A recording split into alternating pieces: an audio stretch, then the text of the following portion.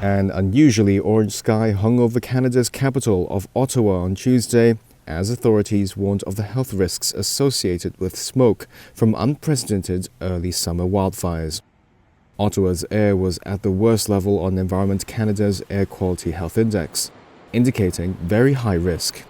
Physicians, too, are sounding the alarm. People who are experiencing homelessness and spending a lot of time outdoors, the risks to those folks will be higher. Quebec, which neighbours Ottawa, is the province most impacted due to multiple fires ignited by lightning. Evacuations have been ordered in some areas. The air over Toronto was also polluted Tuesday, and officials say conditions could persist through most of the week.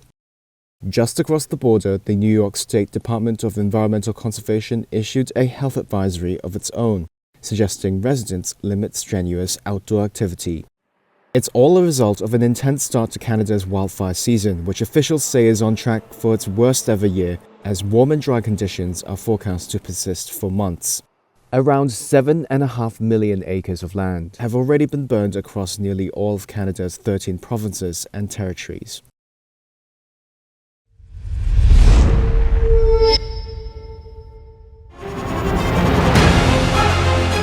Email exchanges from inside the BBC, they talk about the risk of violating Indian laws. It's easier to rake up the freedom of speech debate, but does it give anyone a free pass to knowingly violate the law? America supports India because it needs India's support in return. And India is working with the US because it suits India's interests. This is how geopolitics works. Last night, he diffused a crisis with his defense minister. But today, Netanyahu was confronted with a new problem. His cabinet seems to have rebelled against him. The UK is looking at the Indian subcontinent to fill its coffers. That India seems to be negotiating from a position of power, like a partner and not a former colony.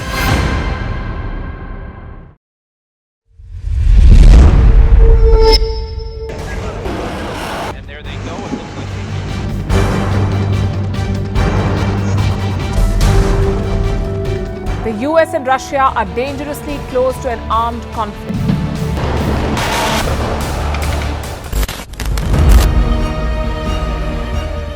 This year, 2023, New Delhi will be the capital of global diplomacy.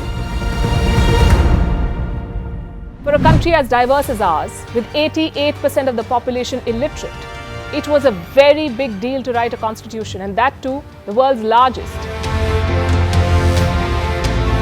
Meanwhile, if we may, here's a Republic Day gift from India for the BBC.